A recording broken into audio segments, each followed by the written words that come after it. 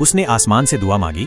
थोड़ी ही देर में शाओ में घर लौट आई। वो देखती है कि उसकी लकवाग्रस्त दादी बैठ गई हैं। ये देखकर वो चौंक गई। फिर जो बूढ़ी औरत सालों से बोल नहीं पाई थी, अचानक से बुदबुदाने लगी। उसने शाओ के सामने सारा सच बयान कर दिया। असल में उसकी मौसी का परिवार पहले बहुत खुशहाल था। मौसा ने कभी भी मौसी को बेटे न होने के कारण तुच्छ नहीं समझा। लेकिन शाओ की माँ ने जब देखा कि उसकी छोटी बहन सुखी जीवन जी रही है तो उसे दूसरों से जलन होने लगी। उसने डोंग ऊशु डांग डब्ल्यू शू की सास से मिलकर एक गुड़िया बनवाई और अपनी बहन से कहा कि अगर वो इस गुड़िया को बिस्तर के नीचे रखेगी तो उसे एक मोटा ताजा बेटा होगा। मौसी और मौसा बहुत खुश हो गए, लेकिन उन्हें नहीं पता था कि वो गुड़िया एक श्राप है। कुछ ही दिनों में मौसा का व्यवहार पूरी तरह बदल गया। उसने अपनी दोनों बेटियों की आंखों पर पट्टी बांधी और उन्हें बेरहमी से मार डाला। फिर खुद पर पेट्रोल डालकर आत्मदाह कर लिया।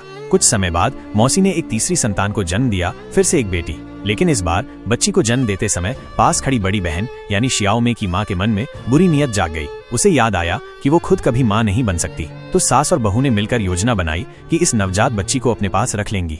फिर उस औरत ने तकिया उठाया और अपनी ही बहन को दम घोंटकर मार डाला। ये सब सुनकर शाओ पूरी तरह हिल गई।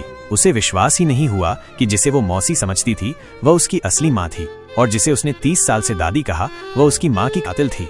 शाओ गुस्से में घर की ओर भागी। वो अपनी माँ से जवाब मांगना चाहती थी, पर देखा कि वो औरत पहले ही मर चुकी थी और वो दुष्ट बुजुर्ग भी श्राप से नहीं बच पाई। एक मक्खी उसके पीछे से उड़ती है और अगले ही पल वो मर जाती है।